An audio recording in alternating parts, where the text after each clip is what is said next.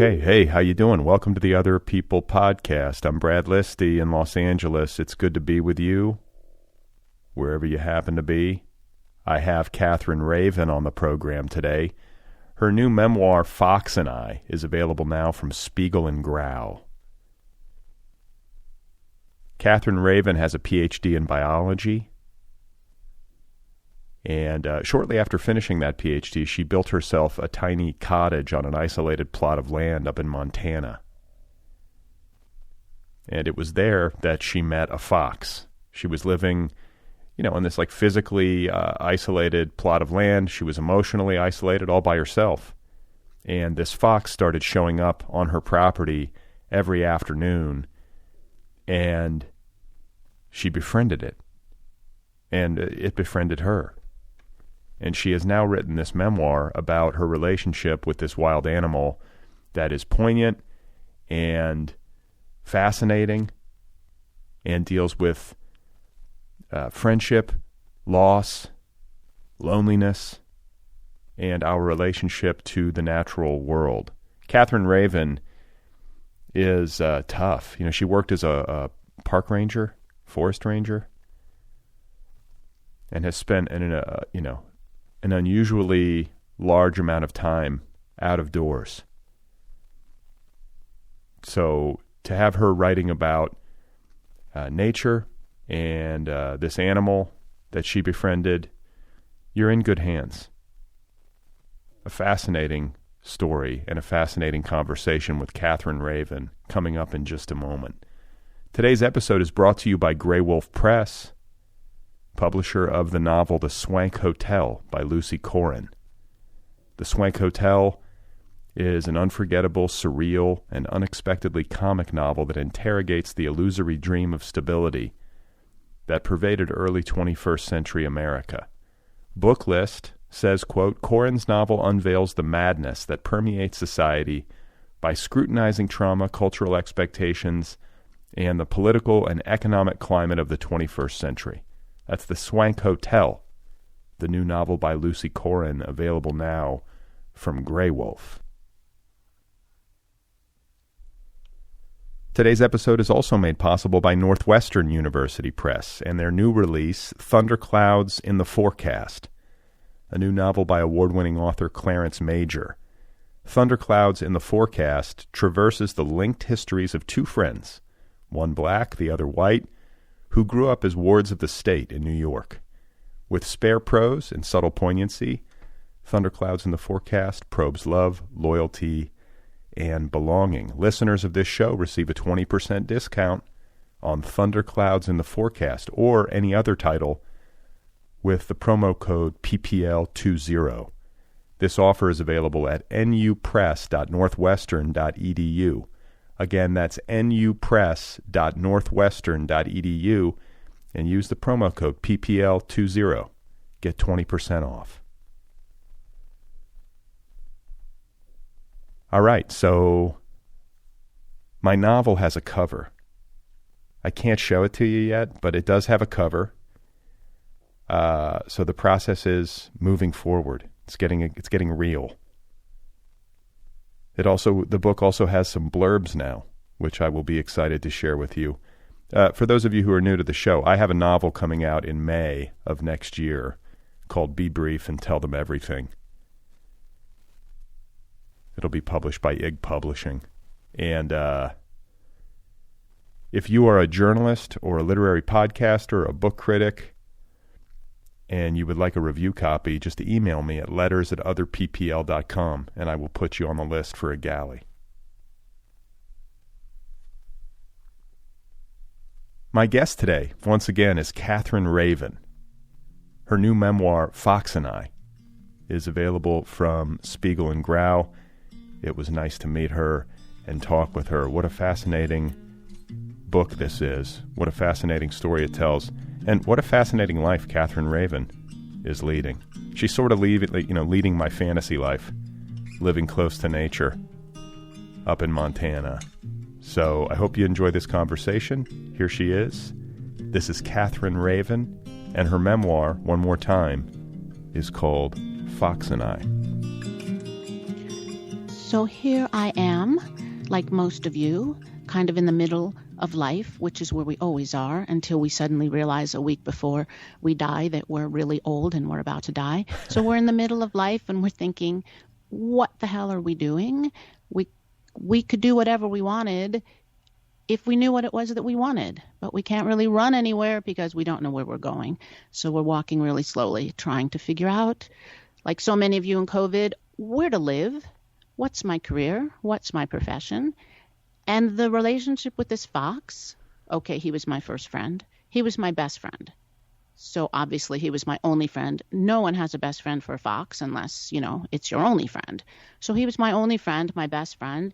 Hanging out with him, I got an answer to a lot of those questions. And I fit myself in where I belong, and I'm in my optimal habitat and doing my optimal habits. And I copied that all from the fox. Okay, so wait, let's stop. So you befriended a wild fox, which is not something that happens very often, even among people who live close to nature. That's right. As you do. So this was a unique situation. Like foxes, in general, as a species, don't tend to come anywhere near people. They tend to stay away, correct? Yes. You want me to tell you why I got lucky and why he was so odd? Because he wasn't nocturnal or even crepuscular. Your folks know that word. It means like dawn and dusk. Most people think of wild animals, most of them as hanging out in the nighttime, being nocturnal. But he wasn't, because if he was, I never would have met him. He was out in the daytime, and he had a regular schedule. Those are two really important things that almost never happen with wild animals. If they don't have a regular schedule, it's really difficult for them to connect with you because we're not outside 24 hours a day waiting for them. And the third thing was he was a guy, a male fox, a dog fox. Males are willing to take risks that females aren't willing to take. If you have a population where your females are engaging in behavior that's not evolutionarily stable, the population's probably dwindling. I mean, just look at humans. I mean, males engage in lots of behavior that's not really evolutionarily stable. Tooling around town on those Harleys and watching football games and drinking too much beer and that sort of thing. Females are just the more stable species. And hanging out with a human, that's really risky. He was willing to take the risk to hang out with a dangerous person because he was a male and he was in the daytime and he had this regular schedule. It's really difficult to have a friendship with a fox. They're on my property all the time and it hasn't happened since. So he was a very special animal, and it was his personality. I think all animals have all foxes, they're advanced animals, they have different personalities. He had the right personality. And look, he dogged me around. He wanted to be my friend. He thought it was a clever plan for him, and it was. And I was the biggest mammal around that was reasonably friendly. I mean, he doesn't want to hang out with a black bear. They hibernate most of the year, and they smell. And then there's the mountain lion who would have ripped his throat out as easy as said hello. So what other choice did he have? So there was me, and he knew how dumb it was to live alone. So he dogged me around. Okay, so I want to hear you describe just the first meeting with the fox, but before we get there, I think it's important to note that you came to this relationship with Fox, as you call him. I think it's notable too that you didn't give him a name other than his species name. He was just Fox. But you came to this relationship with an educational background and a training that I think made you much more sophisticated naturally in your understanding of what was going on. Like you have, I guess you could describe it, but you're educated in biology. Like, forgive me for forgetting. Yes. Is that what it is? Like, tell me your educational background and how this informed your first meeting with the fox, and then if you could describe that first meeting, I would love it. It's okay if you forget people that talk to me forget all the time, because I don't make people call me doctor. I'm not a medical doctor or professor, although I am. So I do have a PhD in biology, and you're correct. It's not really a great idea. It's really frowned on to be hanging out with the wild fox and thinking that they have some kind of personalities that science hasn't really proven that they have. And there's also a paradigm, a social idea that doesn't necessarily have any science behind it, that it's really childish or immature or just wrong anthropomorphizing. And anthropomorphizing, if you're accused of it, is considered to be really an insult. What people are saying when they accuse you of that is that you're being childish. Giving animals human traits is like Mickey Mouse. It's something that we leave behind in childhood. You probably noticed that, how many adult books have talking animals. Virtually none. And by the way, my book doesn't have a talking animal either. And yet children have books where animals talk and have personalities. So let me just refresh everybody. Anthropomorphizing, that means giving animals traits that we believe that only humans should have. Now, my first meeting with the fox, he had been around for a while, following me around, and I had been watching him. But the first time that we actually came eye to eye with each other, we had been playing cat and mouse with each other for quite a while. We came eye to eye when I was sitting outside with a big housefly on a scab on my knee. And it was bugging me, so I was blowing on this fly. Then it would get off my knee and take a couple of reconnaissance laps around, and then it just lands right back on the scab again. And the scab's wet, and he's playing with this blood on the scab, and I kept blowing, and he kept buzzing. And then I gave up getting rid of him and decided just to focus on this fly, because it was so cool watching this housefly on my knee. And then I looked up, and there was Fox.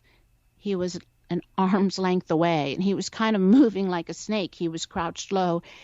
I don't even know if he saw me. He was just looking at that huge fly on my knee, and we were both looking at the fly on my knee. And then at some point he looked up at me. He turned his muzzle down. When he turned his muzzle down, his nose to the ground, then we were eye to eye. When I'm sitting and he's on all fours, our eyes are just about the same width apart, even though he's so small, and our eyes are just about the same height off the ground. So we were eye to eye that close to each other. And at that point, I knew there's no going back. I locked that image in my mind forever. And once you're that close, and he was so brave, and I was so brave. He could have easily reached out and raked his paws across my face, and I could have easily reached out and done him something and grabbed his little neck. But we both we trusted each other to get that close. Just from watching a fly on my knee. That was our first really amazing meeting. After that, the relationship started with playing game. He came by all the time, every day at the same time. And as you know from the book, we went into a show and tell routine where I would show him trinkets in my pocket, and I started reading to him, and it took off from there. Until he became my best friend. So I was hearing you talk about how you're not supposed to anthropomorphize wild animals, and I get that. Like I'm on board with like not feeding animals in the wild food that they shouldn't have, or food that could disrupt their natural ways or whatever. But I guess the question is, do you agree? After this experience with Fox, it seems like there's got to be some happy medium, and it seems like it's okay to relate to wild animals in a respectful way, but also like in a human way. Like there's no divorcing yourself from the fact that you yourself are human. This fox and you share a habitat. Like, how do you feel in retrospect about your decision to pursue this friendship, to pursue this relationship? Do you feel like you violated something, or do you feel like in retrospect that the unwritten rules against these kinds of relationships in the academic or biological or mountain community, like, were off target? I think they were off target, certainly for me. I think when you're doing something and it feels so normal, so natural, so good, and it's considered wrong by society, it's time to rewrite the rules. Rules shouldn't feel so unnatural. And I think when I say natural, I'm talking about human nature. We have a nature that exceeds our culture by about 200,000 years, right? I mean, human beings, Homo sapiens, modern Homo sapiens have been on the planet for a very long time. Our culture isn't even the blink of an eye. So our culture often comes in conflict with our nature. And this situation made me think about my nature so much. And now I find that I revert to that all the time when I'm having problems. What's my culture telling me to do? What's my nature telling me to do? When it comes to animals like fox, I realize that what my nature is telling me to do is to be friends with him. There was a time when I thought he had mange, to take care of him. And I thought, I don't even have to go back 200,000 years. I don't think humans even 400 years ago living here would have shunned an animal. If you saw a living thing, probably we didn't associate closely with small things we couldn't look into their eyes, maybe not salamanders, maybe not snakes, maybe not things that harmed us like grizzly bears. But foxes and deer, if we saw them injured, if we heard them crying, I mean, their cries sound human to us. It's odd. Why would they? I think our instinct, our human nature, is to help them. And I think that our culture has just moved a little bit too far away from human nature. We've seen our culture do that for many other reasons in many other situations. Now I'm much closer to human nature. And I think that you said we're just humans. And so, Brad, you're right, but I'll take it one step further. We're just animals. I mean, with the capital A, animals. When we talk about animals, when we write, and I know you're a writer too, so when you write and talk to people and you say animals, everyone knows you mean non-human animals. But when you're in a biology class, when you're talking about animals with a capital A, that's the animal kingdom.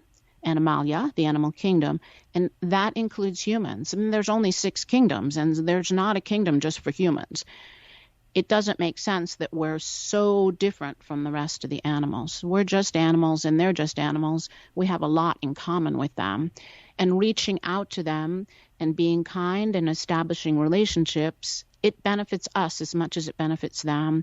It certainly has kept me from being lonely. Here, where I live, if I'm hiking alone in the subalpine country and I want to sit and the mountain goats want to come and sit with me, I think that's a good thing. I think they're just as curious about an odd animal as I am about an odd animal in my territory. Okay, so I want to learn a little bit more about your day-to-day up there. I say this as somebody who's been living in Los Angeles for the past 20 years, but who used to live in Colorado. Yeah, so I have, and I hiked the Appalachian Trail when I was just out of college. Like, I have a love of nature and the outdoors that I try to exercise here in whatever ways I can. But it's obviously not the same as being in a canyon 30 miles from a grocery store in Montana, you know. But I'm wondering, because, you know, you talk about relating to fox and how human beings, it's natural for us to relate to animals. I think it's important to point out what great care you take in the book in tending to your environment and being gentle with your environment and the species that share your habitat. It reminds me of like Buddhist monks, like helping ants, you know, escape from their room or whatever so that they don't get stepped on. You know, it's like that level of care and respect for the lives of these animals. So there's that. And then there's also, you know, you talked about sharing space with mountain goats or meeting mountain goats when you're out hiking and how they might come right up to you. you have a great ease with animals, having lived up there, that I think a lot of people probably wouldn't. I'm wondering about danger, like if there's ever danger, like a mountain lion or a bear. Have you ever had an interaction with a wild animal that left you feeling uneasy or in danger? Yes, and I think it's important to realize one of the points of the book that I hope people will take home with them is that each advanced animal is different to us. Maybe we can't separate one slug from another, but foxes are individuals, and his mother, the large vixen, I wasn't real keen on getting close to her. She wasn't too keen on getting close to me either, but she was much larger than him, and she was a blaze-colored fox. They're all red foxes, but she was blaze, and I think an animal that's blaze-colored has been hunted and treated cruelly for so many generations by humans that she probably is just naturally more aggressive, or she wouldn't be surviving, because their pelts are worth a lot more money. She did not seem particularly friendly to me. So it is important to realize that animals are individuals. And sure, I've got skunks around here all the time.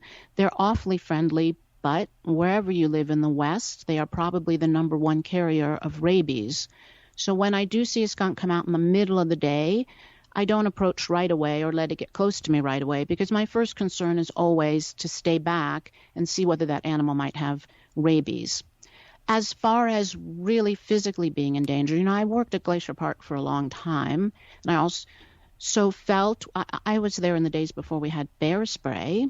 Of course, we carried sidearms, but that does nothing for a grizzly. I mean, we pretty much figured they were there to, if we needed to put ourselves out of our misery. You can't really drop a grizzly bear with a sidearm, not a .357. Anyway, I always felt that I might be injured by grizzlies, especially hunting season. There's lots of injuries around here. I never, ever thought one would kill me, though, because I see so many injuries and I don't see a lot of deaths. The only time I thought I might die was when a buffalo got a wild hare to track me around Yellowstone, and I was skiing by myself.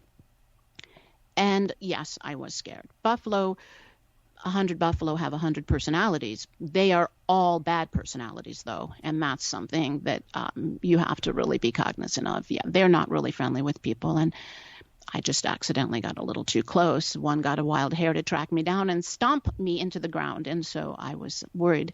Yes, it's dangerous, but if I come to visit you, Brad, and of course I won't be able to have a sidearm on the airplane, so I'll be like unarmed, and I'll probably be scared of people if I come and visit you in LA, because you're probably walking by like axe murderers and child rapists and whatever every day in LA, right? Yeah, more dangerous things than Buffalo. Yeah, well, this is the counterpoint that I always offer my daughter when I take her out into the backcountry on a hike or something. She'll get scared. Are there bears? Is something going to happen? I'm like, honey, like statistically, you're much safer here than you would be in the city. And I remember camping adventures or my long hike on the Appalachian.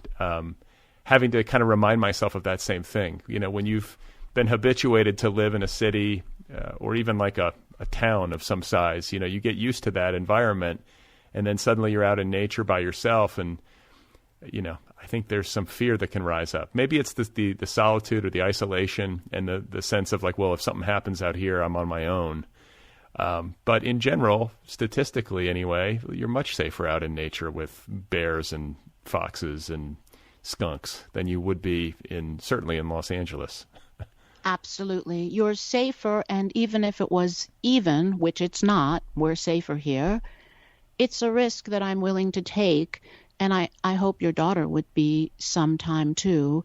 You take a risk if you want to go to a big concert in LA. I mean, we have so many shootings in crowded places in the city, and shucks, there's COVID going around crowded places also that we're not seeing in the country. So that's your risk, but you want to be around a lot of people. So you take that risk. And I take the risk, as I said, when I'm hunting, bow hunting especially, I take the risk that I might be injured by an animal, but it's worth it for me. And I take the risk here that I could be bitten by a black widow spider. I don't have a garage filled with them, but I like to always have one here. And it's a risk, but I think it's worth it. Yeah. Well, and you have such a nice, like, sophisticated, you have this educational background in biology, and that certainly comes through in the writing. That I think when you have a deeper understanding of the plants and animals that you share a habitat with, it takes some of the edge off. It naturally would, right? I think we fear what we don't understand. And so I think one of the things I loved about your book, and one of the things that it reminded me, is how important it is to have names for things. I often lament how little I know about the plants, for example, in Los Angeles. You'll see a beautiful plant or a beautiful tree, and I'll be like, I don't know what kind of tree that is. I don't know. And I guess there's an app for that. You can like hold your phone up and it'll tell you or something, but I haven't gotten there. And it's, in my defense, it actually does take some legwork to figure these things out. It's not super simple.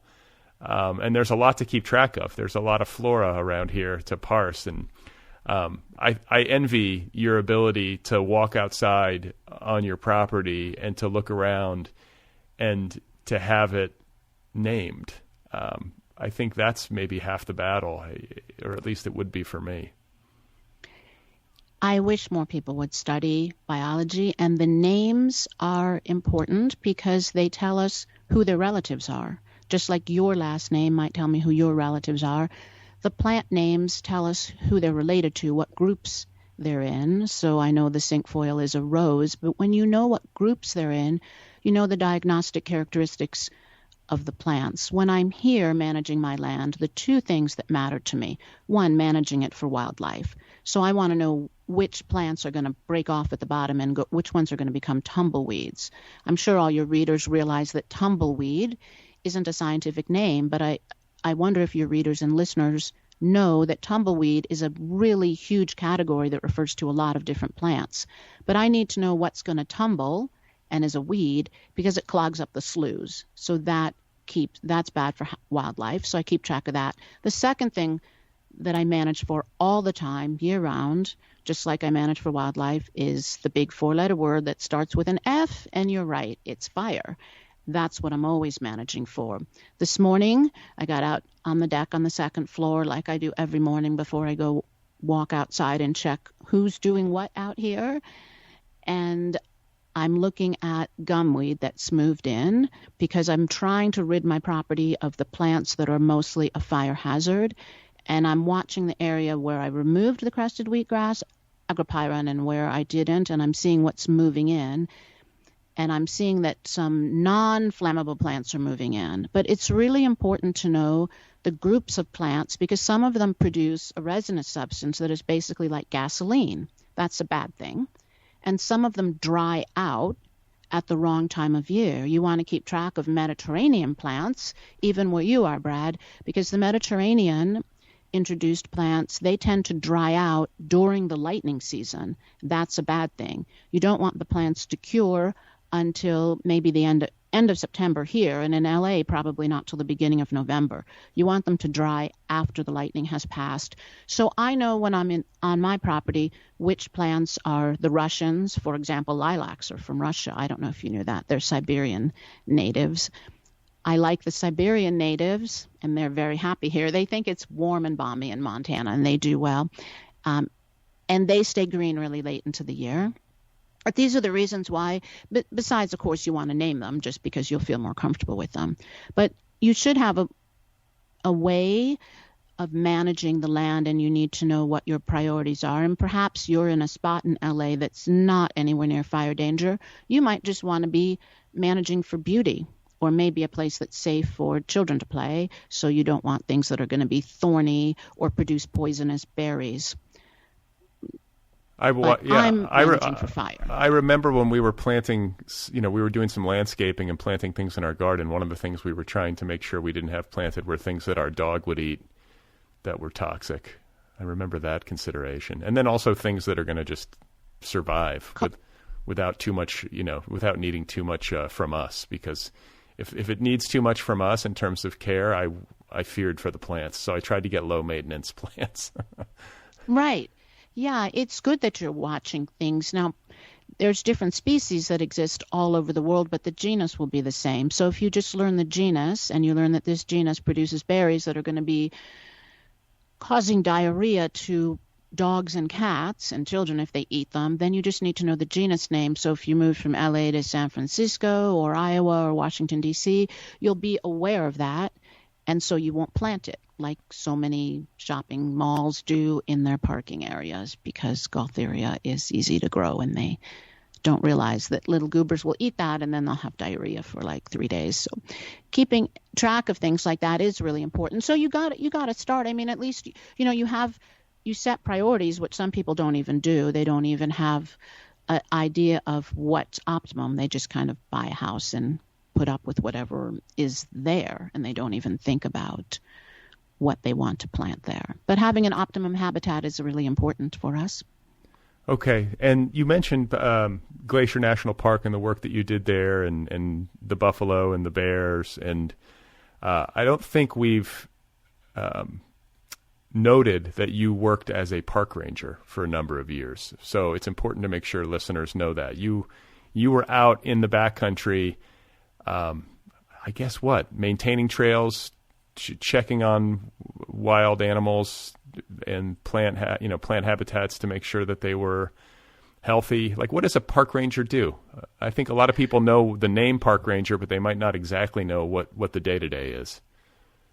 A backcountry ranger, pretty much all of us have law enforcement qualifications, so we're all qualified to carry sidearms in case there's a human problem. Mostly we're not dealing with people unless they're dead or seriously injured. So we do have a medic background as well. So we're scattered about, but we contribute to help with law enforcement and medical issues.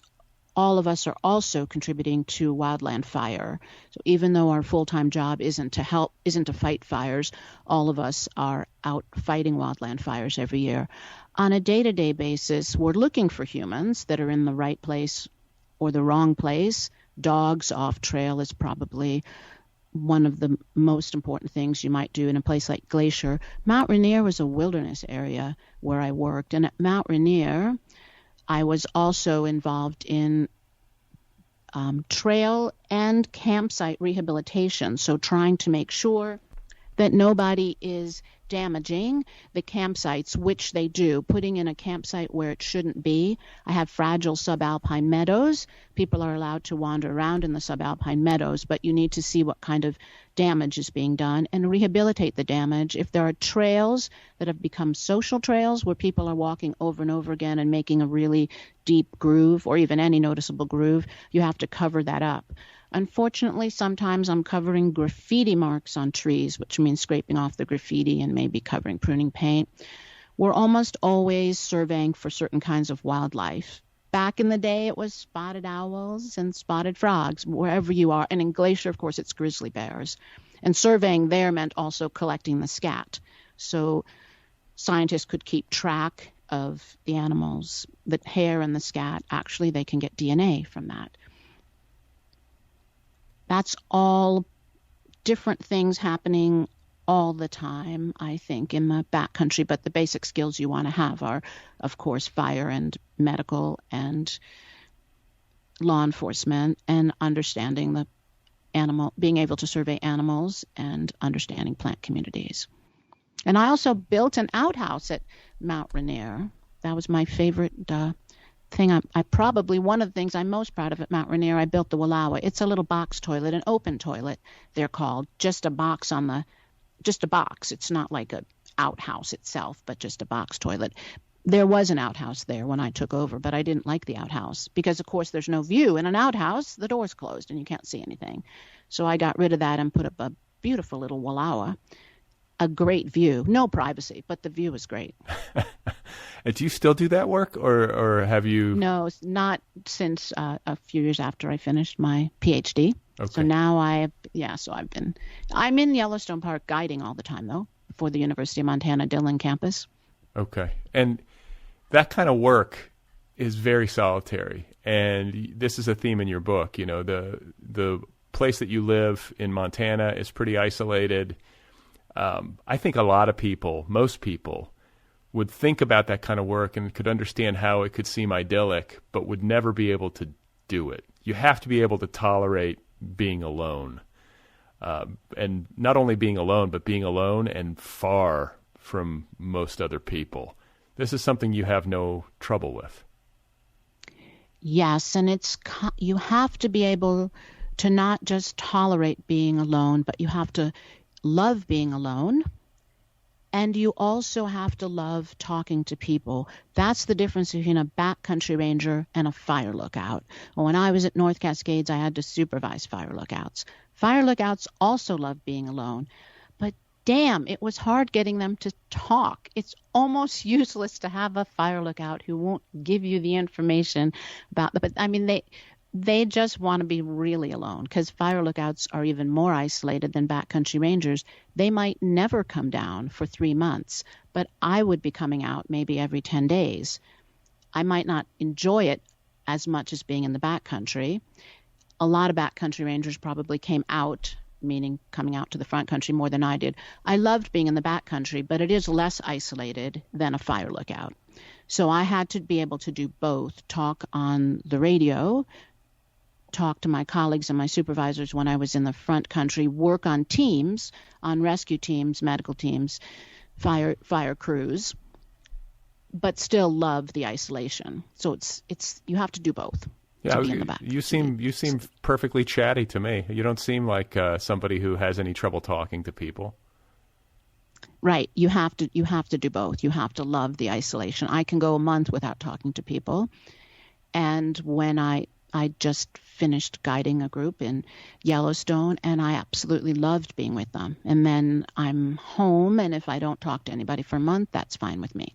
I kind of have some of that too. I can spend a lot of time alone compared to a lot of people I know. I mean, that's the writerly temperament maybe, but I think that there have been times when I've been more isolated than not, and eventually you do get a little itchy to have some contact with human beings, right? I think it's, even for somebody who is as adept at it as you are, you do benefit from having some balance, right?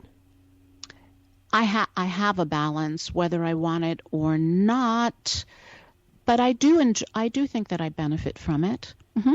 Okay. Yes. If you said you do both, and you said it was the writer's temperament, which I just want to say one thing about that. I've noticed that people have an idea of writers being drunks, alcoholics, drug addicts, and things like that. And so I think maybe it isn't the writer's temperament to be. I mean, maybe so I'm not a drunk or a drug addict or anything. Maybe some writers don't have the temperament to be alone, but maybe you need to be alone a lot of the time to be a writer. Maybe you need to be like you are, like I am, be able to be in both worlds. And maybe some writers aren't able to be in both worlds, and that's what the problem is. Yeah. Because writers don't seem very stable to me in general. I think it is a profession that tends to be dotted with a lot of addiction and mental illness and like social maladjustment. I don't know what the deal is. I guess maybe I think sometimes people become writers or are made into writers by virtue of trauma or difficult things that they've gone through in their lives, and they might not necessarily be able to cope or have the skills to cope with it or something. And, I guess it's complicated, but yeah, it's definitely a profession where there's, historically anyway, a lot of trouble, but it's not always the case. But I can be alone like you long periods of time without feeling, as you said, itchy. I really don't get itchy.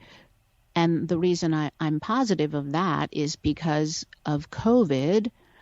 I missed being in Yellowstone for a whole summer. I'd been there without a break since 1999. And when I'm there with students around me all the time, I can't go 12 months being alone, because I might start in Yellowstone in May or certainly by June, and then I'm there July, August, on and off.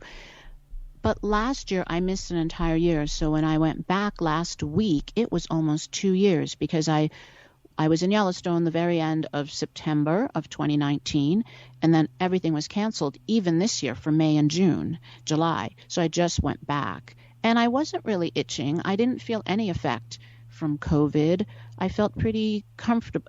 I didn't feel any loneliness effect from COVID. I didn't feel like I have to get out. I even missed for a while being able to say hey to the gals that work at the grocery checkouts, because for a while it was so bad in the county 30 miles away that I had them just bring the groceries out to my car instead of going in where we were having like hundreds of cases a day in a county with like 1,000 people. Right. That was pretty bad for a while. Right. So I want to talk about writing about nature. We talked a little bit about naming things. You know, that has a lot to do with being able to write about nature well. But just developing that eye. I suppose the work that you've done as a biologist and a park ranger was great training, that prepared you well to write this story. And I don't know, makes you unusually good at describing these things. But you talk a little bit about what goes in to writing a book like this and rendering your natural environment in a way that's palatable to readers who might not share your level of expertise or your love of nature and your knowledge of it. Yes, I do want to say that you mentioned my academic training, and I think that observation is so important, and that's something that I start training even the undergraduate students that are in biology. It's probably the most important word in biology is observation. And I'm trained in observation. That's what Darwin specialized in too. This is a very observational field, and you really have to be good at observing. The second thing you have to be really good at is comparing. Observe your animals first, observe your nature first, observe the sky first, but then you have to compare it with something. A naked observation is useless. You have to have a lot of observations, and you have to understand how to compare what's an outlier, what's generic, what's your rule of thumb, what's your exception. You need to be able to compare your observations with each other, and you still have to have the backdrop of science. And science is, of course, a way of knowing, and science is a body of knowledge. So when I say to compare it with science, I mean to compare the observations and the comparisons with a body of knowledge, accepted knowledge, that's science. So those are the things that you really need to be able to do to even think about starting this process. But as far as being palatable, that's a really interesting question. I was teaching 400 level classes. I know you were probably in college, just a few years ago. But if you think back to that time, the 400 level, that's graduate students, seniors and graduate students, really. They're specialists, and you're speaking just a certain language with them.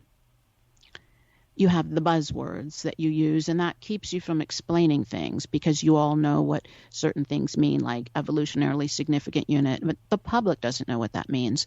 Once I realized that I owed it to the fox, that my gift, my labor of love for this animal that did so much for me was to write this book, I started making plans right away with the dean to transfer out of those classes. That helped me more than anything. I moved into the 100 level classes, and I moved into non-majors, and that has been just tremendously important for me. So yes, you have to know the science, but if you're just stuck teaching graduate students or teaching upper level students or teaching majors, you're never going to understand how to talk to the public. So I moved into the non-major classes at the lower levels, and that's been terrific for me. I'm probably not going to go back. I love it. Wow, that's interesting. That's a shrewd move, and I imagine it made you a better writer. A writer of this book, and it probably makes you a better teacher, even if you did go back to the 400 level classes, right? It's like having to take all of that sophisticated expert level understanding and then render it in language that is palatable to the layperson or to somebody who's coming at it relatively new. That takes work. You have to be able to really language it and process it for people in order to communicate it effectively. That's right. You get lazy, and after saying natural selection for 15 years, you forget all the steps of natural selection and artificial selection and what goes into it. It was a big deal to move, but it was a good move, and it will make me a better teacher even when I go back to the 400 level classes. I think my students do think I'm a good teacher. I bet they do. And I think another challenge of this kind of writing, to bring in the general reader and to make sure that the general reader stays oriented and connected, both to the environment that you're describing and the animals within that environment, but also to the emotional thread of the story. That's a big challenge. And then I think you gave yourself another big challenge by writing about a relationship between yourself and a nonverbal counterpart. Usually when we have characters relating to each other in a story, they're talking to one another. But all of the interactions that you had with Fox were obviously physical interactions, you guys sharing the same space.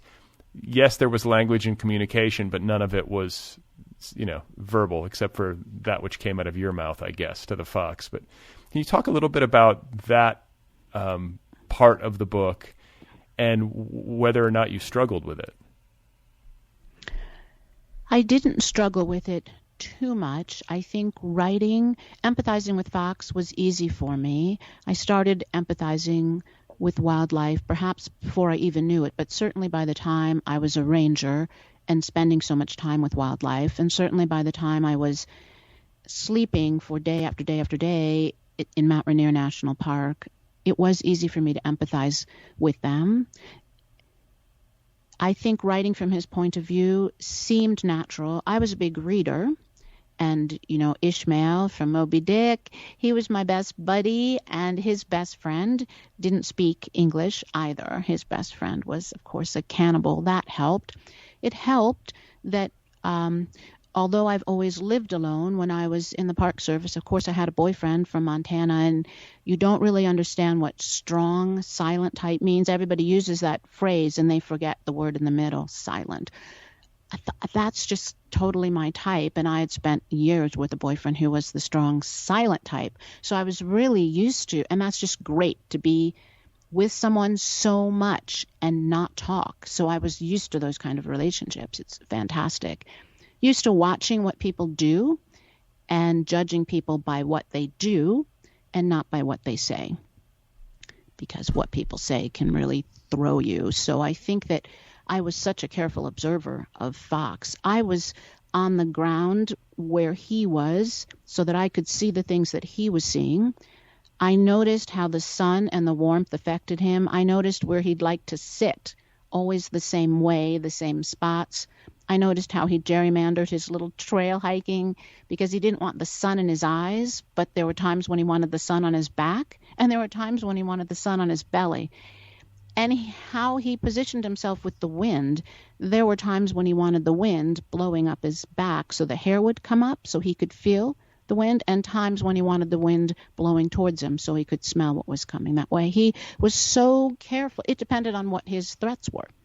And I was really careful to watch all of that. So that was really fun for me to spend so much time seeing what the fox smells, what he sees, what he feels, what he's hearing. Yeah, but you're an unusually astute observer. I wonder if I were watching a fox, even if I were looking at it closely, I don't know if I would read it at that level of sophistication. I suppose I wouldn't, considering I'm neither a biologist nor a former park ranger.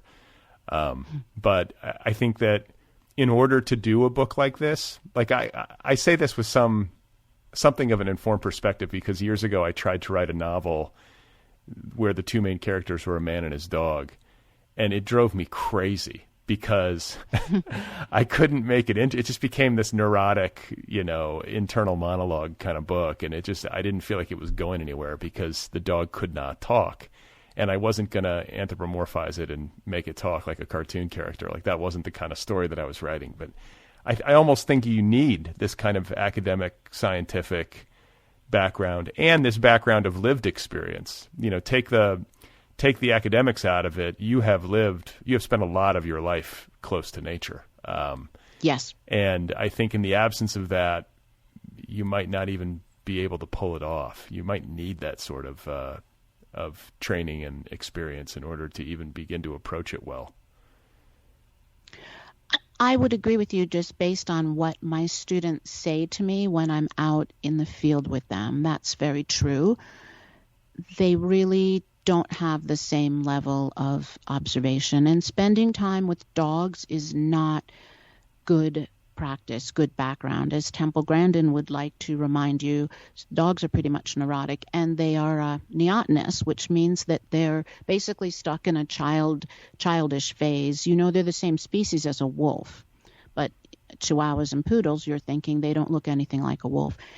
You realize, of course, that dogs have been artificially selected.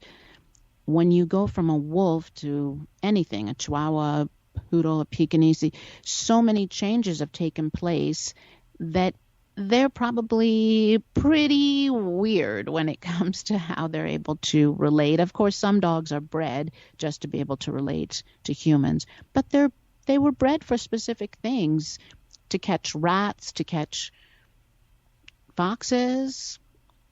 Poodles were bred for hunting ducks, so you really need to realize that that's probably not they're not natural animals, is what I'm saying. They don't have like a nature, like human nature goes back 200,000 years. Wolves' natures goes back, and it's evolutionarily developed. But dogs, they're artificially selected. What Darwin meant when he said artificial selection is that nature doesn't select the traits in a dog. Humans selected those traits. So it's bad practice. But if you want good practice, you can bring your family with your daughter out to Montana and take a hike with me in Glacier or Yellowstone. That would be fun. Yeah. And then you can your daughter can get practiced. Okay. And she can become a writer.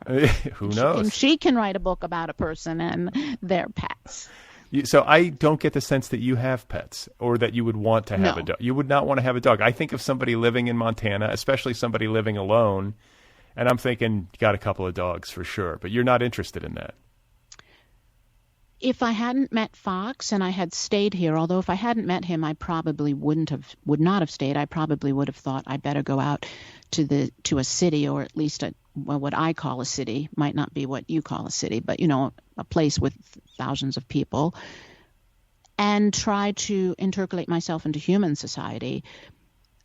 After getting so close to the fox and realizing I have to stay here, I realized one of the reasons, I forgot to mention this, I told you he wasn't nocturnal and he had a pattern and he was a male. He would not have been around my property if I had a dog, but he certainly would have smelled the dog. And there's no way to get all of the dog crap off your property and the urine. I mean, there's no way you could possibly do that. And even if I had a cat, because that's one of the things we had in common, we were both very suspicious of feral cats. I would say he massively disliked feral cats. I'm not keen on them either. Having pets would keep the wildlife away. Now, this morning I went outside early in the morning after I looked around what was going on, see who's who, and I practically stepped over a deer right next to my front door. The skunks also are right next to my door. I know that from the ones that are diurnal once in a while, and also because I have spy cameras outside to see who's eating my echinacea. And it's the skunks. And they come right next to the front door, and they would not be doing that if I had a dog. There's just no possible way. So it just keeps me from getting close to wildlife, and that's just a sacrifice I have to make. So no dogs or cats so that I can be with wildlife. That makes total sense. Have you ever seen a mountain lion? I guess you probably have, right? Yes, I've seen a lot of mountain lions. We have a pretty good population of mountain lions in Montana, and I saw them in Mount Rainier also. We had quite a few lions. People treed them out there. I don't know if that was legal, but lots of folks tree lions here. It's a sport. Some people shoot them. Not as many shoot them. It's easier to get a tag just to tree them, but not to kill them, of course. There's lions just behind my house. There's been lions on my street. There are mountain lions here to the point that in the pitch dark, on a night when there's no moon, if I have to go fetch something an acre or two down my property, I will definitely have a sidearm with me for sure. I'm very cautious of that. There could be a lion here anytime. Well, shucks, there was a grizzly bear on the lane I live on last fall, so there are dangerous animals around. Okay. I'm careful. Okay, so I'm just curious though. You've been out on your own hiking, or you've been on your property and you've locked eyes with a mountain lion. Oh, no, I haven't locked eyes. No, I haven't gotten close enough to lock eyes. No, I've seen them. But, oh, gosh, if I was close enough to lock eyes, I would probably be injured. Yes. Okay, but like from a distance, you like saw one Yes. hiking around or walking around. I guess they don't hike. Yes.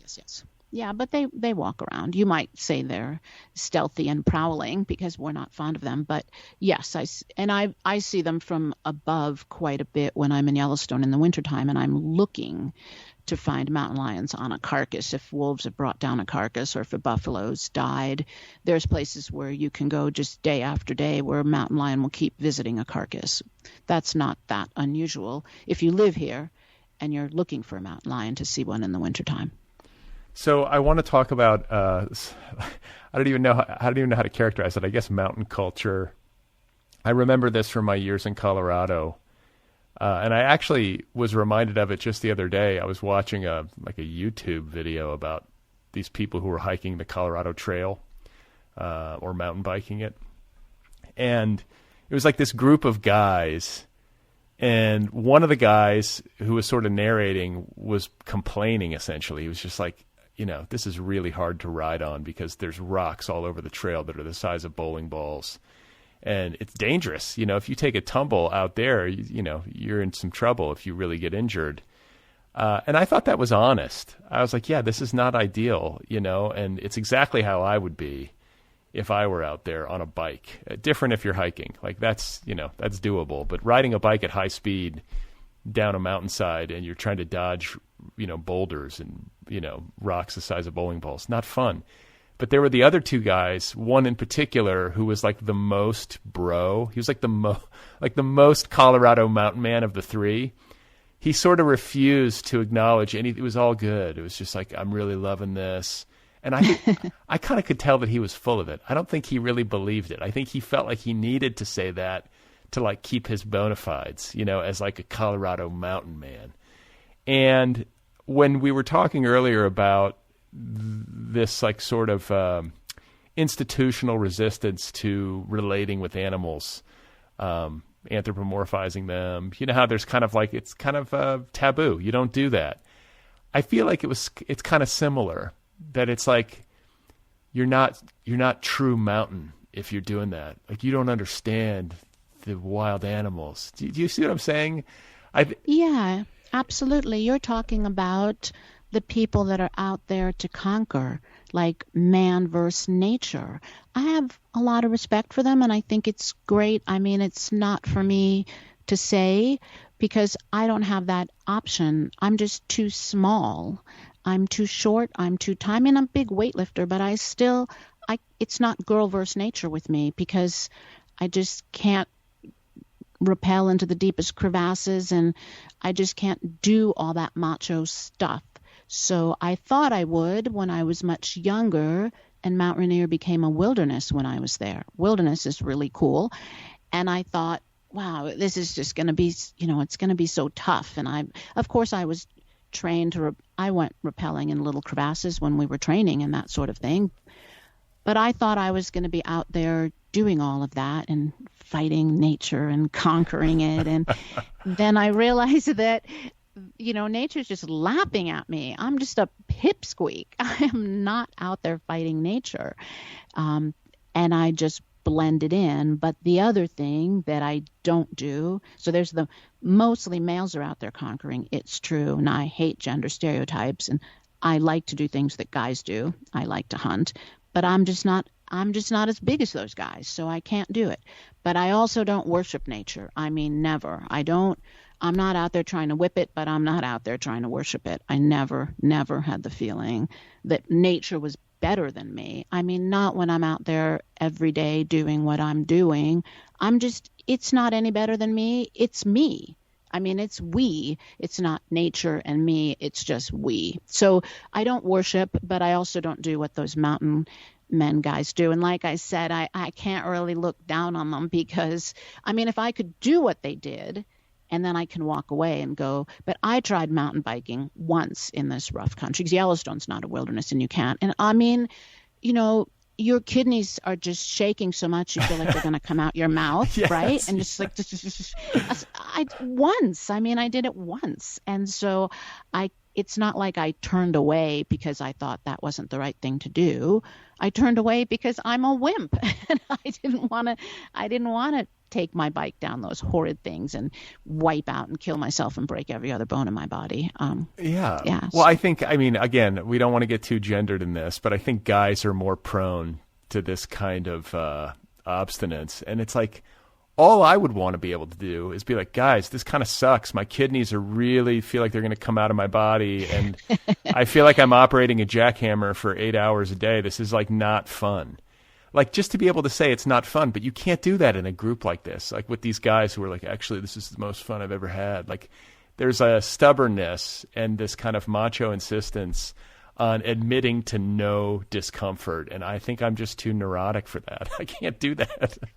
Yeah, but you'll live longer, so that is great. When I was at Mount Rainier and, of course, working by myself in the backcountry, we had these lightning strikes just whipping across this ridge, and my supervisor had called me, told me to go check out the strikes, because we want to see if any of them have caught, so that we're going to have a fire, or did the strike just lead to nothing? I mean, the sparks just went onto damp or wet ground. So I was checking them out, and then I realized it was not a prudent thing to do. It got I was too close, and it was too unsafe. So I called my supervisor and said, I'm just going to hunker right here, and after the storm passes, I'll head on out, and I'll let you know.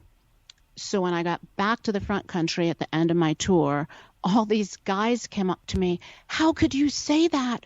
On the radio in front of everybody heard you say that you didn't want to go out there, that you were just going to hunker because you thought you might get killed. It was just, I mean, for the rest of the summer, every guy, which was like everybody in the park was a guy. And like, how could you do that? Everybody heard you on the radio saying you didn't want to die. And I'm like, yeah, it's just so funny. They couldn't believe that I would admit. They would never have done that, admit that. I mean, I basically just said, I don't want to die. So I'm just going to stay here till it looks like I'm not going to die, and then I'll go out. That sounds like my kind of person right there. And I think I just remember going skiing with my friends in college, and you could, you just could never, like everything was always groovy. Like, oh, wait, I just dislocated my shoulder. It's fine. Oh, I almost I almost ran into a tree and died. It's like, no, whatever, man. You got it. That whole thing, that whole kind of like male one-upsmanship culture or something I could never quite fit. But I guess I want to talk to you next about, you mentioned Melville earlier, but I also want to ask you about, is it Saint-Exupéry? I always struggle pronouncing his name, the author of The Little Prince. But those two authors figure into Fox and I pretty largely, and pretty intentionally. Can you talk about why those authors have made such a mark on you and why you chose to kind of weave their work into your own? Yeah, I don't know how to pronounce Saint X's name, so that's why I just call him Saint X. So you probably did a better job pronouncing it than I did. I see there's the accent over the second E, so I think it's Saint-Exupéry. I don't know. Oh my goodness, that's so cute the way so you've studied French. a little bit. Like Antoine de Saint-Exupéry, I think would be the way to. That sounded really nice. I don't know. We'll see. I could be totally botching it, but that's what I would say. I just say Saint X, and Ishmael became my buddy first, before Saint X, in fact. It's amazing how I was able to bridge all that time. I mean, that book was written in the middle of the 1800s, right? All that time between us and all the miles. I mean, he's from the East Coast.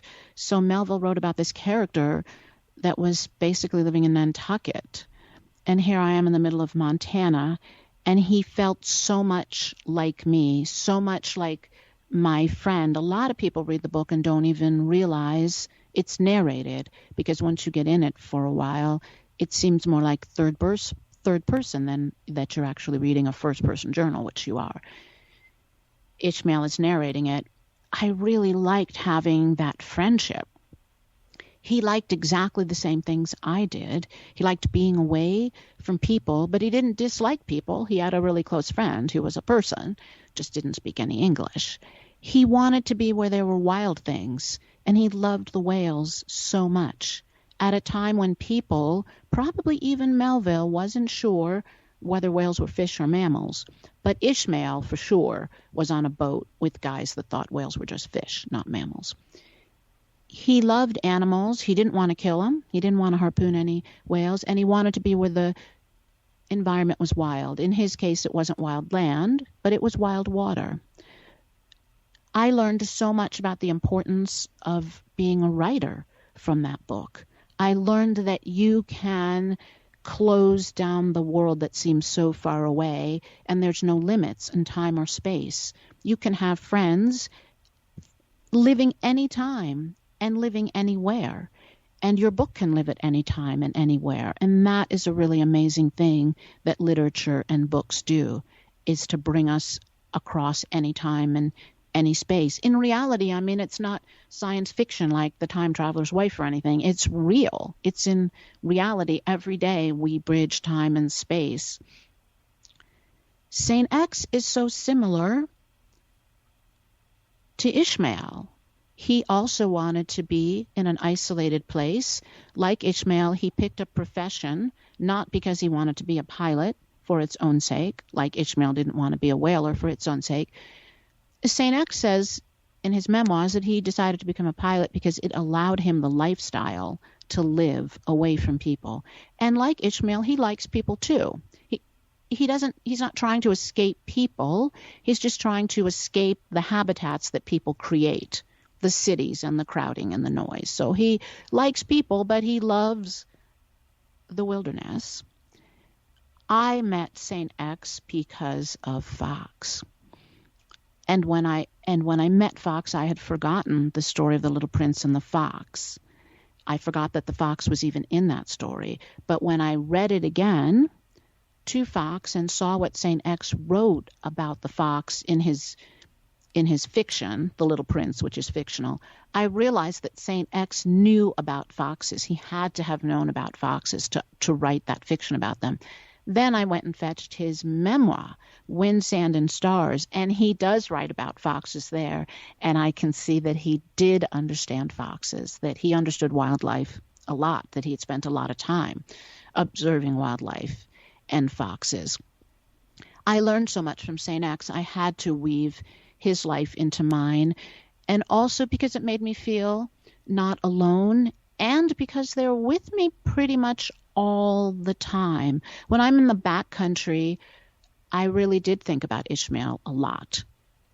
I really did think, what's he doing? I really did imagine that, that he was a person that I could see and understand, that he, as if he were a real person, even though it was fiction. And it made me feel less alone. Because after all, even though Melville wrote it as fiction, Melville meant it to represent a real person. I mean, Melville knew that there was a person like Ishmael, that there was a person who wanted to be out in the wild water, a person who loved animals, a person who loved whales. And Ishmael was really intelligent, and he wanted to do more than just watch the physical world. He was way smarter than I was. He spoke French. I only speak one language. Ishmael spoke other languages, and he spent a lot of time talking about the philosophy that he had studied. St. X is very similar, and I made a lot of decisions based not only on Fox's behavior, but also on things that I learned from St. X. They kind of worked off each other. They kind of supported each other. Things I learned from Fox and things I learned from St. X about the importance of having a purpose in life, that a purpose was more important than a profession. That's the most important thing I learned from St. X. And from Fox.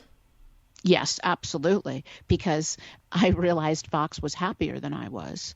He was just goofing off so much of the time. I mean, I could see what he was doing. He was a great hunter, so he didn't need to spend very much time hunting. And he had great digs, so I don't think he had to shop around for a mate very much. I think they just came to him.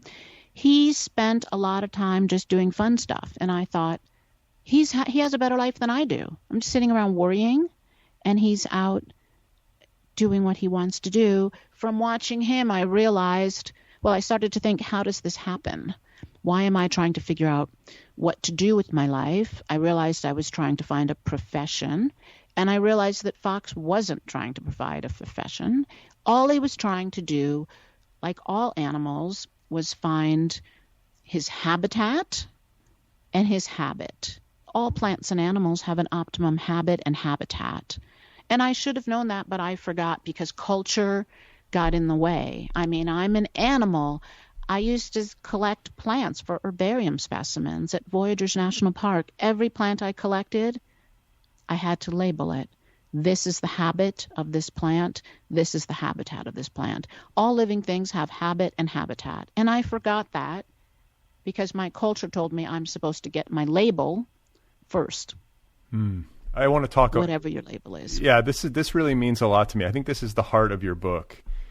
It's about you. You're the main character, you and Fox, and it's about you learning to accept yourself and that you were already right where you needed to be. And I think there's something very insidious about the way in which our culture communicates to us that resistance to mainstream cultural values is negative, and that if we are somebody who doesn't fit with mainstream cultural values and doesn't want the things that mainstream culture tells us that we're supposed to want, that it's a flaw.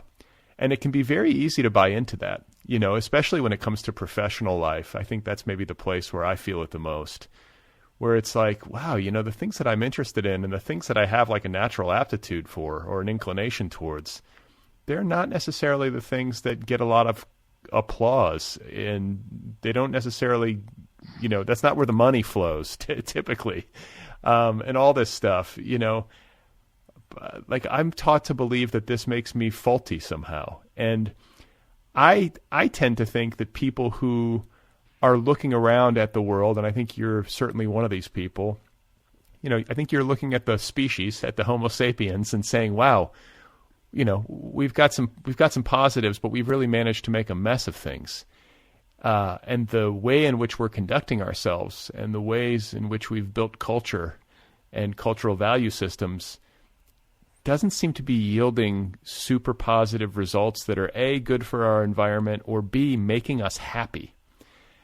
If that's the case, if that assessment is accurate, then isn't resistance to mainstream cultural values sane? Yes. Yes, you shouldn't remember the bell curve I talk about in the last chapter. There's so much pressure to be normal, but normal, that's a mathematical term. It just means being under the bell curve. It doesn't mean natural. The people that are at the ends of the bell curve, they're just as natural as the ones under the middle. They're not normal because normal is a mathematical description. What St. X says is that people who care about life don't give a crap about numbers at all. Numbers are artifacts that we create to learn certain things. You mentioned money, and that's just as artificial, isn't it? I mean, that's a construct of our culture. There's a line in my book, and I don't remember, chapter 17, I think, when I'm talking about Mount Rainier and how I learned to live more comfortably from Fox. And I mention the man with emeralds isn't rich because he has emeralds. He's rich because you want his emeralds. Right. It's your choice. You have to think about that. You're the one. It's not they're making you buy those emeralds. You have to think about what you want. And you have to make that decision because there's so much you give up if you're chasing money. It's easier and more rational to chase the things that a fox chases, the real things that he can see, where he wants to live and how he wants to live, he's got his den facing the mountain instead of facing into the mountain. Every time a rainbow pops up, he's stopping and he's watching phenomenon. You need to decide on things that I love it here because there are rainbows, double rainbows all the time. But maybe you're an ocean person. But isn't that more important than thinking about whether you want to be 100 100K a year guy or whether you want to be a 200K a year guy, right? Whether you want to live on the ocean and surf or whether you want to live in a mountain and ski or whether you want a lot of land so that your kids can ride horses or whether you want a little bit of land so that your kid can learn to socialize with other kids. Those are the things that mean something. Those are actual real things to think about.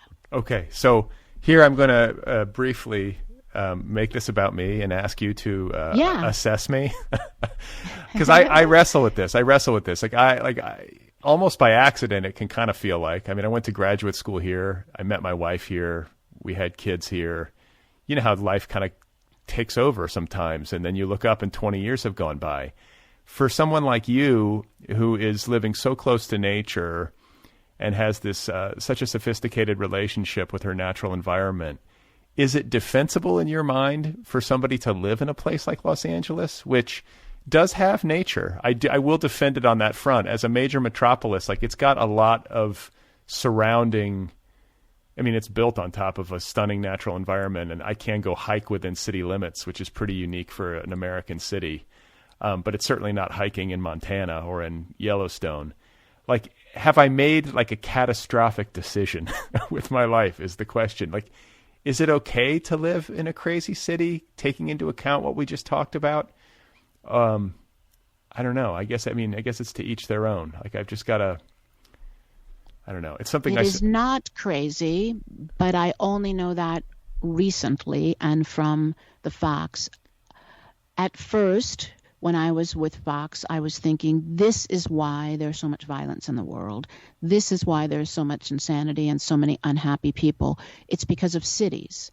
That's what I really thought the answer was. But then I realized what I'm learning from him is that every animal has an optimum habitat. And it isn't wrong if that's your optimum habitat. The reason that there's violence and misery and unhappiness is not because people live in cities, but because people who are living in cities should not be living in cities, and maybe some of the people living in the country should not be living in the country.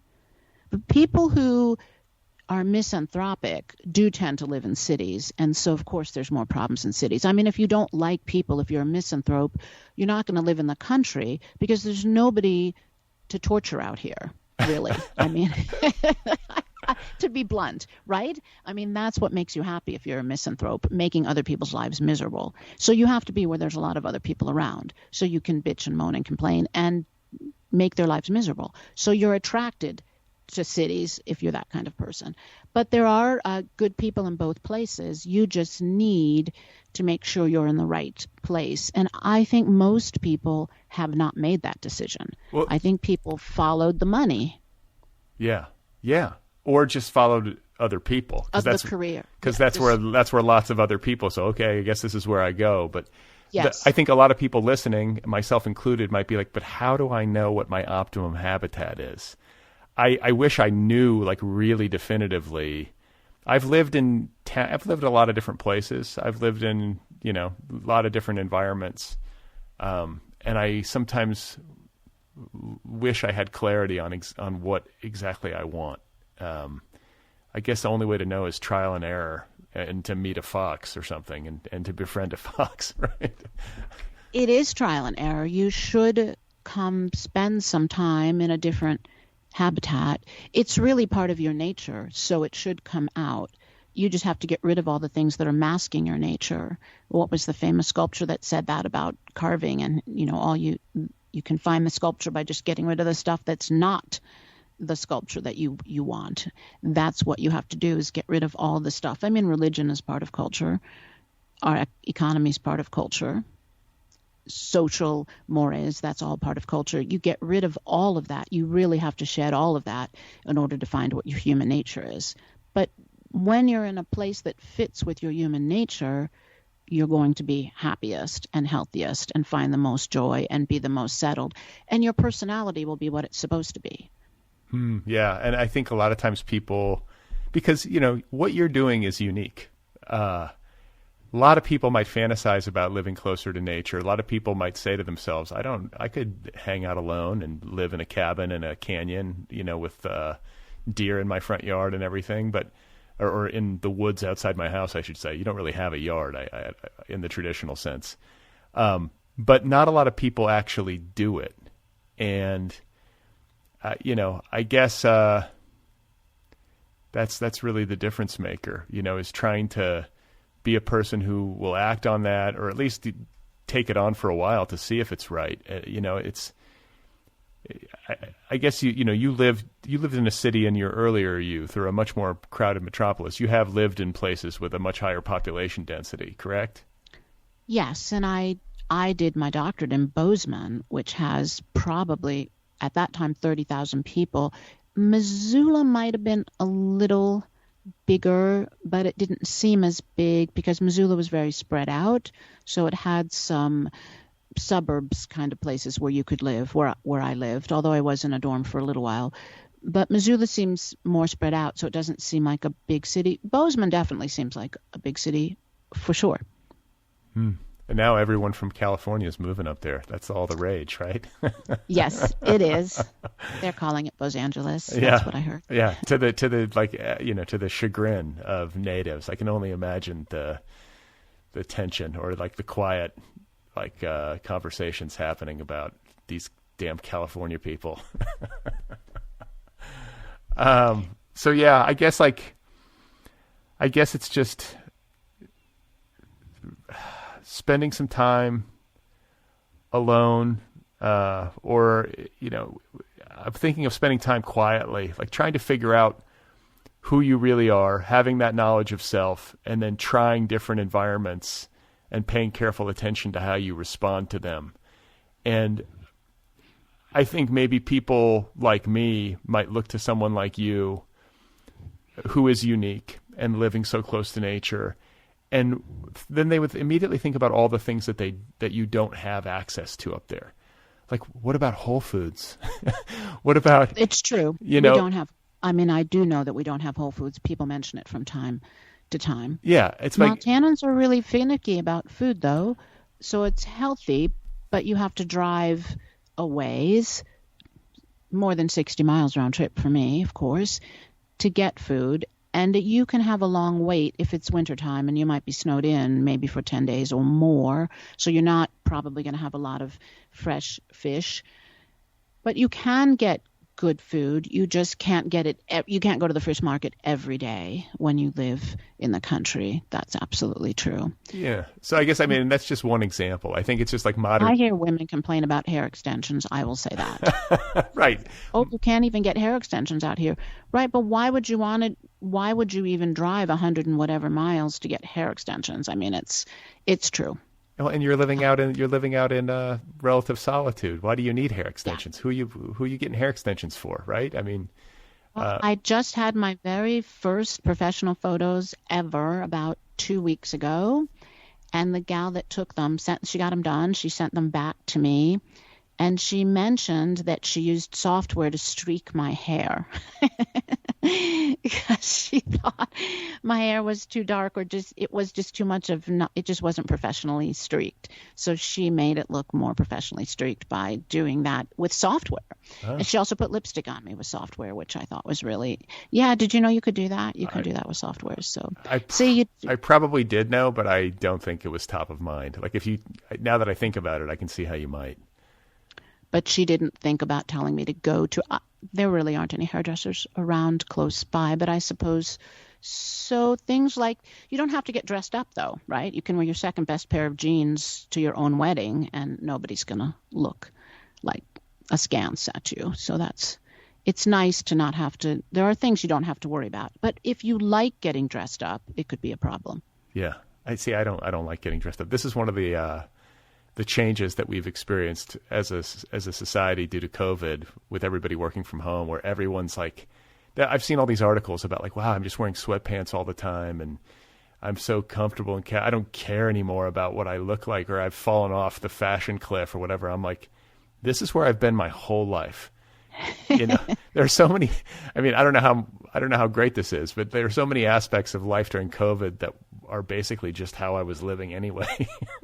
And I can't help but laugh a little bit. I'm like, yeah, sweatpants are great, right? Who wants like a non-elastic waistband. Like, what are you doing with yourself? It's just miserable. But like even like blue jeans are like wildly uncomfortable to me at this point, which says something about me. But I think comfort's great. I think it's undervalued. I mean, I get liking wanting to dress up every once in a while, but a little bit of that goes a long way. But eating home is more comfortable, isn't it? I mean, I can see eating out once in a while.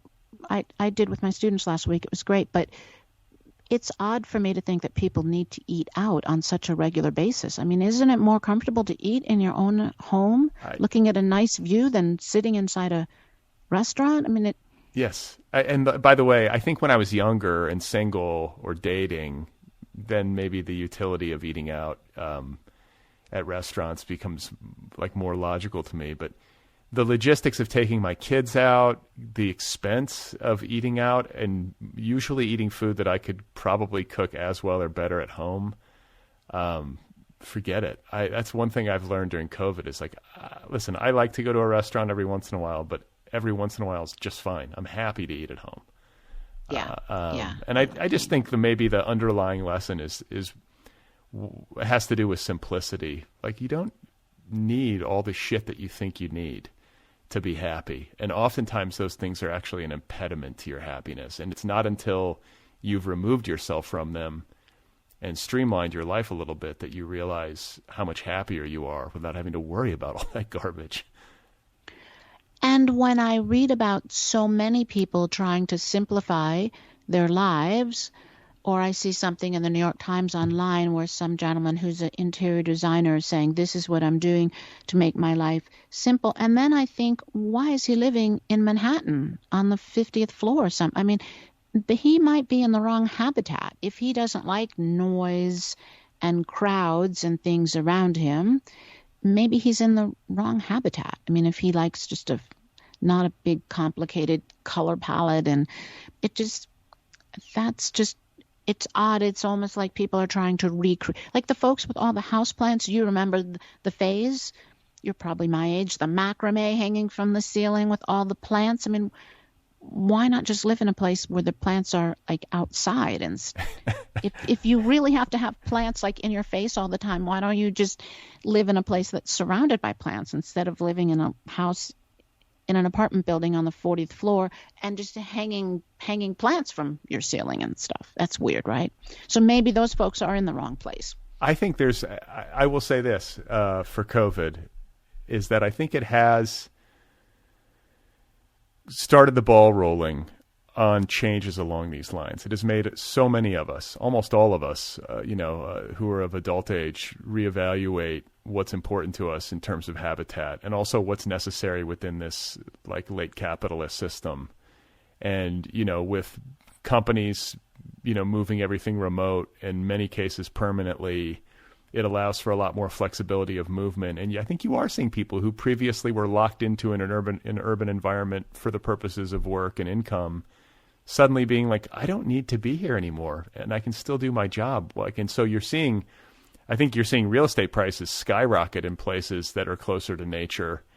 The city like Bozeman, which is smaller, more affordable for a lot of people living in these coastal capitals or whatever, but also has great proximity to nature and is really beautiful. I think you're going to continue to see that. And I don't think you're putting that genie back in the bottle. I know some people will by necessity have to go back into the office, but I think a lot of jobs in the years ahead are going to remain remote, and people are going to be able to be anywhere. And that's going to shift migratory patterns significantly, I would guess. Yes, and people will be happier. But I am concerned right now that in the last year, too many people made bad decisions, and they made knee-jerk decisions to get away from city areas just because they thought they were diseased. That's different than what you're suggesting. You're saying that people can go where they want to go. I agree with you. I don't think we're going to put that genie back in. If people can work remotely or think more seriously about what they really want to do, the things they want to do with their life and where they want to live, that means they're going someplace. But what I learned from watching the fox when he would leave was that you can move from point A to point B because you want to be in point B, Or you can move from point A to point B because you're escaping point A. Right. And I learned to tell the difference with fox. I saw too many people in 2020 running away without even thinking, oh my God, we're all going to die. And then they just leave. But some of those people had no idea where they were going. And so they bought land in South or North Dakota, where a calm day, the wind is 50 miles an hour, and there's no water because they just bought property, and there's no contractors who are available to build for like 2 more years. So they're sitting on this like empty piece of land in the Dakotas because they just wanted to get out of Pittsburgh or New York or Boston. So people do need to stop and think about where they want to be and not just like flee like a refugee, this disease, because it's possible COVID's going to be around for a long time. It's possible diseases will be. People really need to use the opportunity of COVID, all the remote opportunities, to think about their optimum habit and habitat and not just go somewhere because they threw a dart in the wall and anything seemed better than Manhattan at the time. Right. And then this kind of like real estate porn and the way in which we idealize things, I think like one of the hardest lessons to learn, but one of the most necessary lessons, and I think one of the most common lessons that human beings learn is that a change of location is not going to change your situation. It's all between your ears, right? I mean, I think it's very human to want to like flee wherever you are if things aren't going well, thinking that it's going to fix things. And maybe to some extent there's truth in that. I don't think it's totally absent of validity, but I think almost always it eventually leads to disappointment if you don't make fundamental changes internally, and you don't do like the hard work of understanding yourself and tending to your suffering. I think that's what you have to do to make any place work, and if you don't, then you're just going to bring whatever's troubling you to your new hometown. Well, and animals know that, and we're animals. The only reason we don't know it, I mean, you know it, but the only reason a lot of people don't know it is because culture got in the way. That's why. The animals know that. How do they know that? I mean, they know that. I mean, they move. I mean, they have a different sense of home than you do. Americans keep mixing up the words home and house like it's the same thing. They call people homeless because they don't have a house. Lots of people have houses are actually homeless because they have no home. Animals don't confuse those two things. They have a home. Birds have homes. They travel in their minds internally with their homes, as does a fox. Every year he builds a new den, maybe 2 dens a year, and birds might build 2 nests in a year, but they certainly move every year. They don't come back to the same nest. So their structures, their houses are just structures. They're just houses. The home is something internal in an animal. But we just haven't quite figured that out yet. There's a house and there's a home. You need to know where your home is. You need to have in your mind what makes you feel at home. And that's what you're carrying with you. And then the structure is the house, right? Animals just don't get those things confused. That's a great way of putting it. And I want to shift gears a little bit, although I guess it's kind of on a related note, by asking you about your name.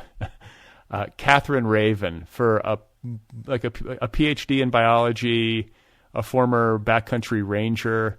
That's kind of a perfect name. Is Raven is that your given last name? It's my real name, and Raven is, you mentioned a biologist, is not really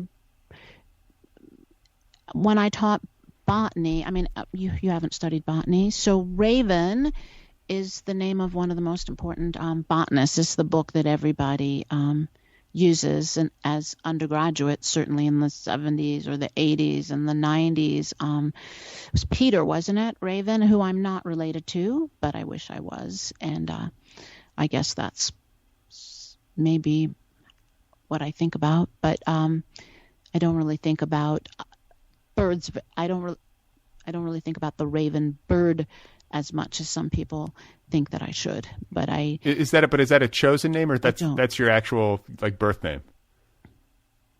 Well, I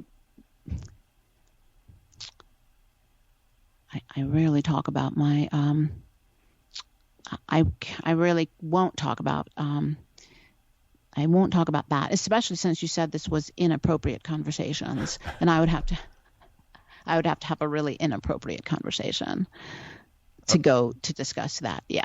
Okay. Which I won't. Yeah, because I mean, and I guess like what we're alluding to is your family history, which you touch upon in your book, but you don't go into great depth in describing.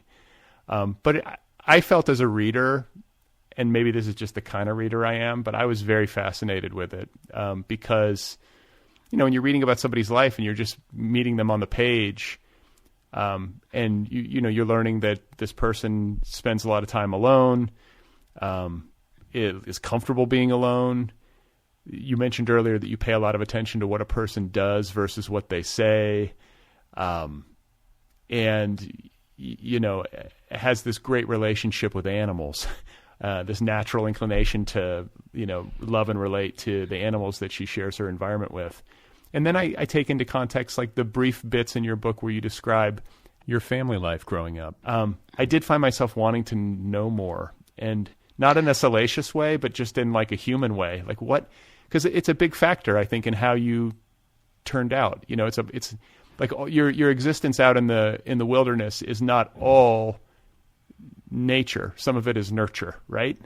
I think there is nature nurture, but we can't separate it, and it's a good question. But the problem is, I made a really important decision to write nonfiction for Fox because I just couldn't possibly fictionalize him. It's just too disrespectful. I mean, the whole purpose of the book was to write for Fox. And when people write, when you write about something that's not Hugh, when it's other people, if those other people are the kinds of people that you can write about, then you write about them. And if they're not the kind of people that you can write about, then you absolutely can't write about them. That's why you don't read memoirs where people go into much detail about things that maybe make them sad or unhappy, because people simply aren't at liberty to do that.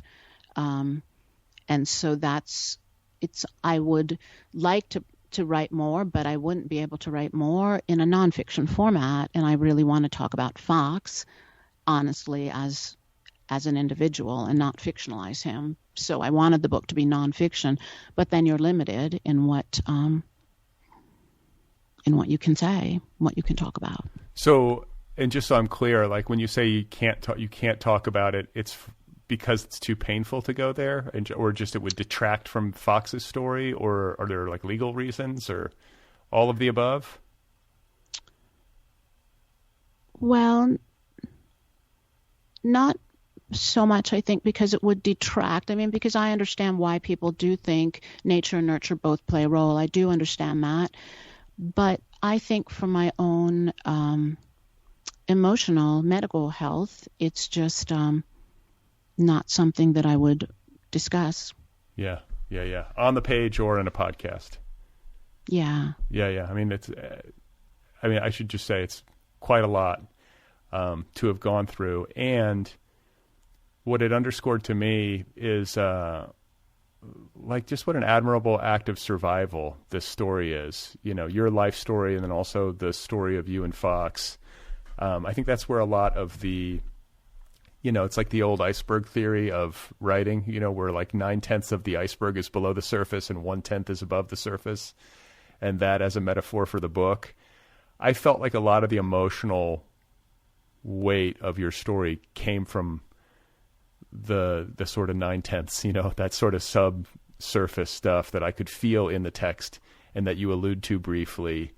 It made it poignant for me, not only because it's sad, but also because the fact that you have managed to thrive and find your way in the world in spite of that is moving and inspiring and kind of heroic, because a lot of people wouldn't be able to do that.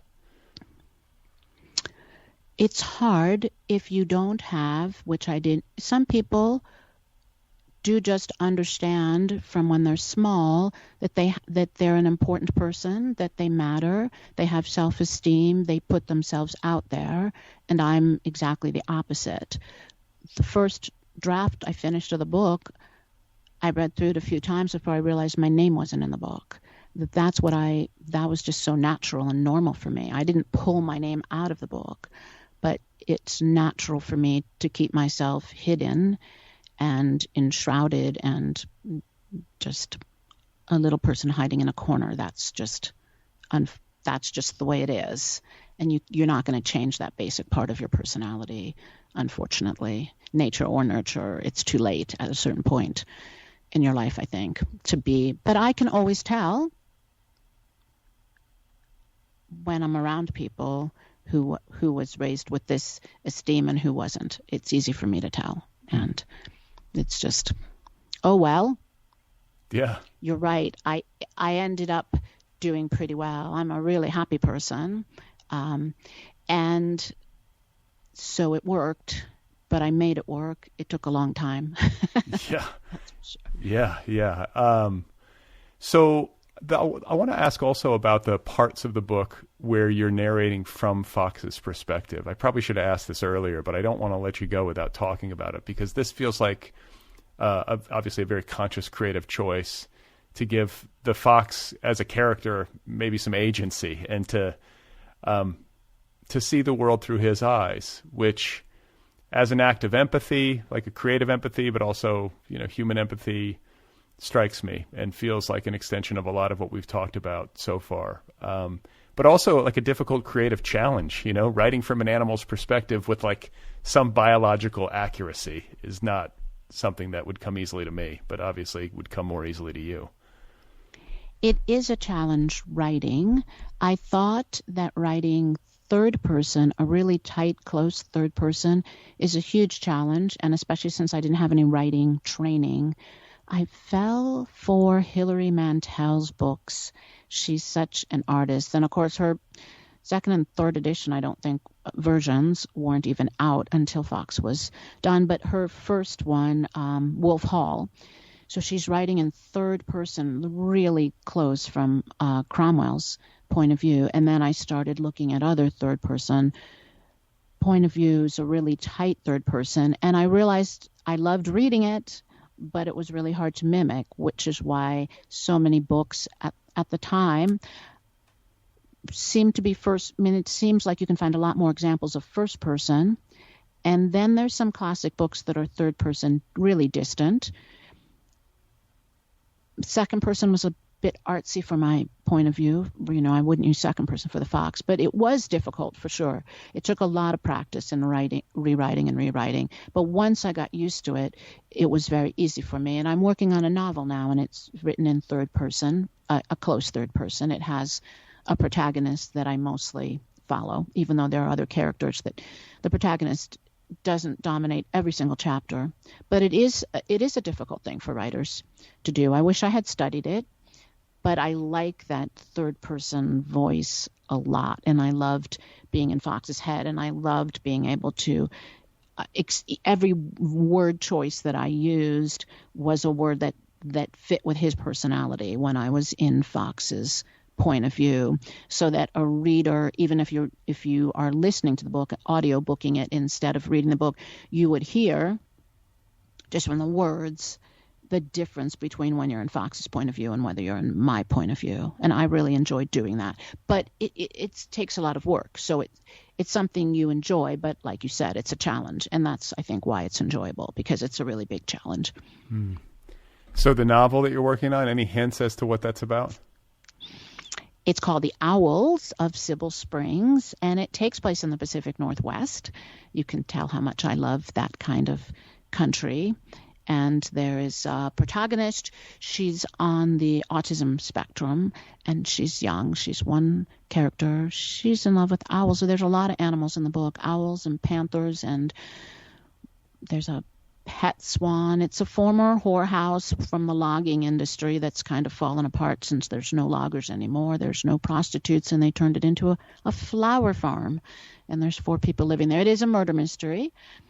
Oh, okay. There's a lot going on. There's a lot going on. I love it. It takes place in the late 80s, so time I really love. The Wilderness Act and the spotted owl crisis, of course. I love owls. That's my favorite bird. And yes. maybe my favorite animal, one of my favorite animals, but I absolutely love owls. And I got to see one this summer, which was a thrill. Where was it? It was up near Ojai. I was hiking in probably the furthest backcountry hike that I've been on in at least more than a year. And I was walking, and I had my hiking poles, and I just had my dog with me. And I stopped to drink water, I think, and I kind of like rested my poles against my body, and it made a little bit of a noise. And I just suddenly heard like a commotion overhead, and I looked, and it was a white owl. I think it was like a barn owl. I'd have to. I'm not as good as you at like knowing what species it was, but it was this beautiful white owl, and it flew. It was huge, and it flew across the little valley that I was in and landed in a tree about 50 yards away. And it stopped, and it looked at me, and we had that like great like sizing each other up. Yeah, because you can see eye to eye with an owl, and barn owls are very white. You saw the big dish face. Yes. Yes. Some people think a barn owl might have a little bit of a heart face, but from a distance, a dish, and it's white, and there's a lot of orangey colors on the body. But white, you would have seen mostly a light-colored owl, and you wouldn't have had any other owl out there. But you can see eye to eye with an owl. That's really fascinating. They don't have a big beak in the way. Right. And then barn owl has relatively large eyes. That's really amazing. Yeah. That's why you made eye contact with it. Yeah. You're addicted now, aren't you? So you want to, you want it to happen again for sure. It's like mystical. And I had, interestingly, another encounter. It was in the winter. I was hiking in Los Angeles, but it was while it was dark out, because the sunrise was later, and, I have to get going early, and I saw one like silhouetted, by the moon. It was just hanging out in a tree, and it was the one with the horns. I guess it's a horned owl. What's this name of it? They look like, you take the ones with, they're not actually horns, but obviously that the little tufts right there and there. Yeah, those are horned, great horned owls. Yeah, I love yellow them. eyes. So, anyways, I'm excited about your book having owls in it because I like owls a lot. Thank you. And I congratulate you on this achievement. I know that a lot went into it, both in terms of the art and craft, but also in terms of the lived life. Obviously, the fox died, as foxes do. They don't have super long lifespans, and I'm sorry for your loss. Thank you for saying that. Yeah, thank you. That's wonderful. It's a close and meaningful relationship. And an instructive relationship. And I think the great thing about writing this book is that relationship now becomes instructive for other people, not just you. So kudos to you for taking the time to do it, and I wish you well on the new one, and thank you. I wish you well on all that comes next. Thank you. All right. That is Catherine Raven. Her memoir is called Fox and I, available now from Spiegel and Grau. You can follow Catherine on Twitter. Her handle is @WalkedAway8. That's @WalkedAway and then the number 8. Again, the book is called Fox and I. Go get your copy immediately. The Otherppl podcast is offered freely. All episodes of this show are made available to you, the listener, free of charge. If you like this show, if you listen regularly, if you get something from it, I hope you'll consider supporting the show. You can do that for as little as $1 a month over at patreon.com/otherpplpod. That's patreon.com/otherpplpod. Throw a couple of bucks in the hat. There are different tiers, different levels of support. As you move up the scale, you can get stuff. A tote bag, a coffee mug, a t-shirt, book club subscription. I will write you a postcard by hand. I will send you happy birthday wishes. Patreon.com/otherpplpod. If you have something to say to me, the email address is letters@otherppl.com. The Otherppl podcast also has its own app, and I should say that the app, there's something happened at Apple Podcasts, so there's been a hiccup in the app's functionality. Please know that I'm aware of this, and we're working on it. So bear with me. But the show does have an app. It's a little glitchy right now, but it'll be fixed soon enough. It's free. The Otherppl podcast also has its own YouTube channel. Every single episode of this show is available on YouTube. Go to YouTube, search for the show by name, Otherppl, and subscribe. It's free.